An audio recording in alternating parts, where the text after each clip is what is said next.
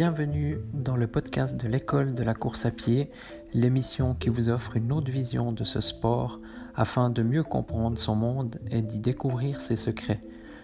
Vous retrouverez quotidiennement une émission concise et plusieurs fois par mois des émissions plus longues sous forme d'interviews de personnes en lien avec le monde de la course à pied. Bonne écoute!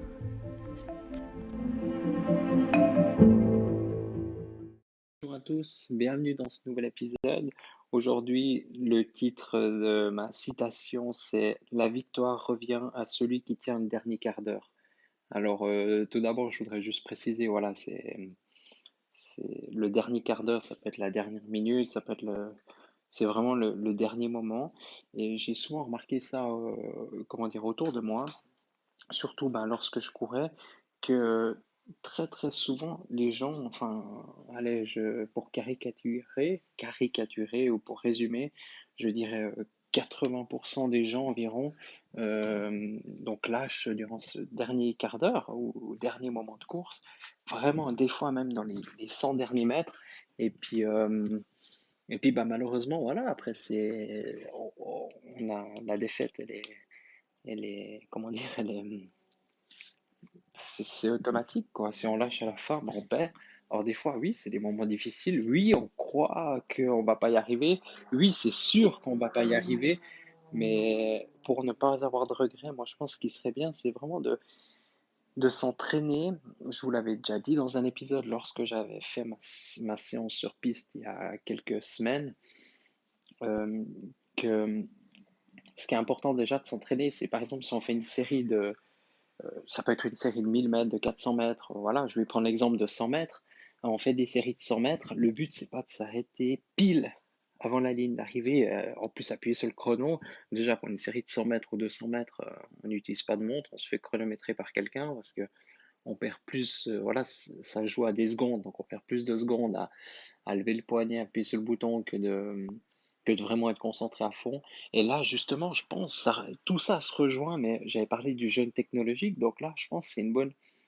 Voilà, on va perdre du temps d'appuyer sur sa montre. D'ailleurs, si on regarde, euh, comment dire, les sprinters, eux, ils réfléchissent pas, ils courent, et puis ils s'arrêtent vraiment pas à la ligne, ils continuent. Bon, après, c'est clair que la vitesse qu'ils ont, ils s'arrêtent pas immédiatement, mais eux, ils poussent, et puis ils poussent encore après la ligne, et c'est ça aussi, je pense, qui est facile à entraîner, c'est que lorsque voilà, on fait une série de 100 mètres, on va faire une série plutôt de 103, 104, 105 mètres, et on va continuer encore un petit peu, puis après on va relâcher. De toute façon, on est capable de le faire, hein, si on est capable de tenir 100 mètres à fond, ou j'en sais rien, à une telle vitesse, on est capable de tenir encore quelques mètres.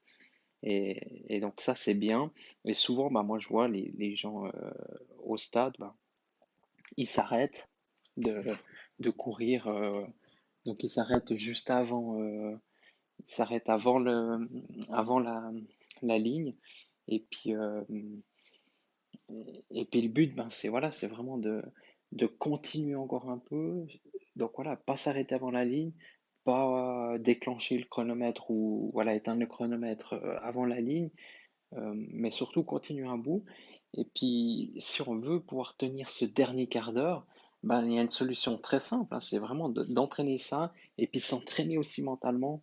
Voilà, si on voit la ligne d'arrivée, on se dit tant qu'il n'y a pas la ligne d'arrivée, je n'arrête pas, je continue. Et puis, euh, et puis généralement, à force, on va s'entraîner à faire ça, puis ça va jouer. Mais voilà, il faut s'entraîner, puis c'est difficile. Et puis moi, un peu mon point fort, c'est justement le sprint final.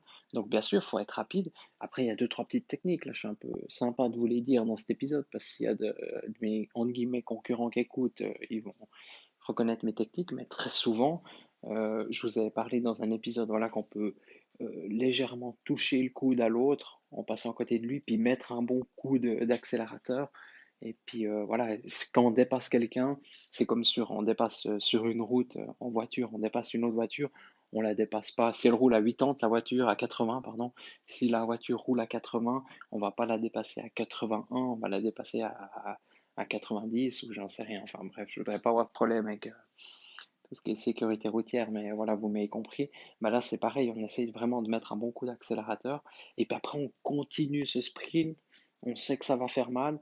Et puis surtout, bah, ce qu'il faut toujours se dire, moi, c'est ce que je me dis, c'est qu'une heure après, ou le lendemain, ou le soir même, je serais content d'avoir fait ça, d'avoir tenu. Par contre, si j'ai lâché, je vais le regretter, je vais y repenser tout le temps, tout le temps, tout le temps, tout le temps. Et bah voilà, je serais déçu par rapport à ça. Donc c'est, je pense, voilà, un excellent moyen de comment dire, euh, d'aborder la fin de course parce que c'est toujours problématique. Il faut aussi se dire aussi un autre conseil, voilà, que la personne qui est à côté de nous souffre autant que nous, voire peut-être plus. Donc on souffre tous. Donc même voilà, même le meilleur au monde souffre, hein, voilà.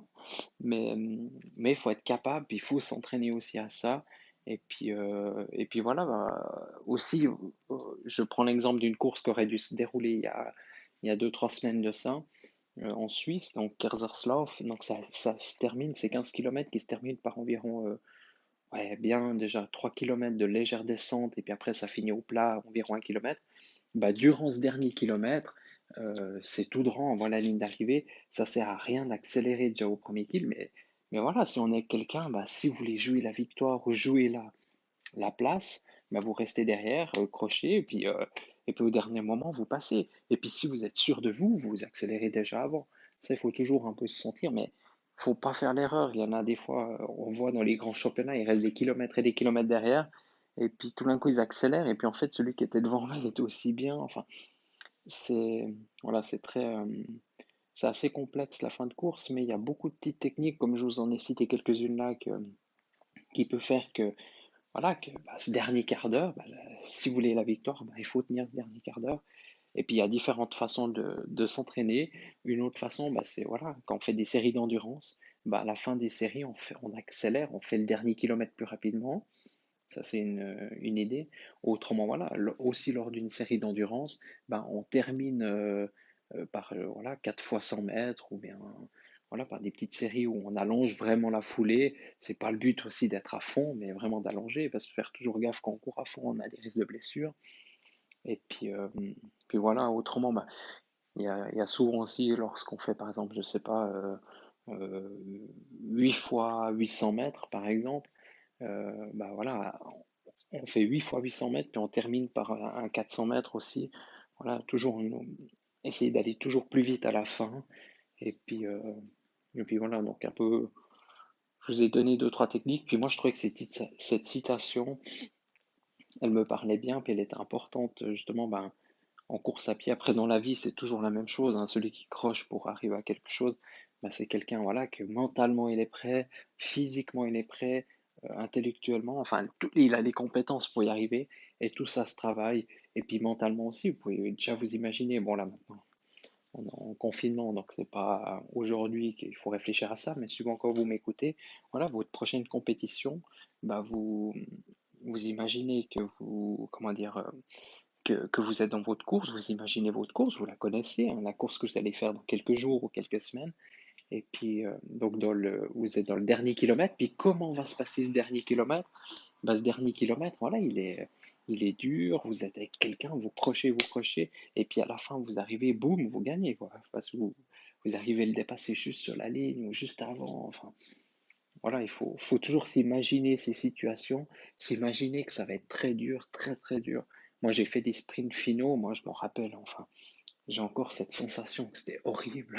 Puis voilà, mais c'est normal. Mais par contre, après, on en est fier. Et surtout, ben, on ressort grandi de ça, on ressort amélioré aussi. C'est clair, on est meilleur ensuite. Et puis voilà, il faut, comment dire, essayer de mettre toutes ces petites techniques que je vous ai données aujourd'hui.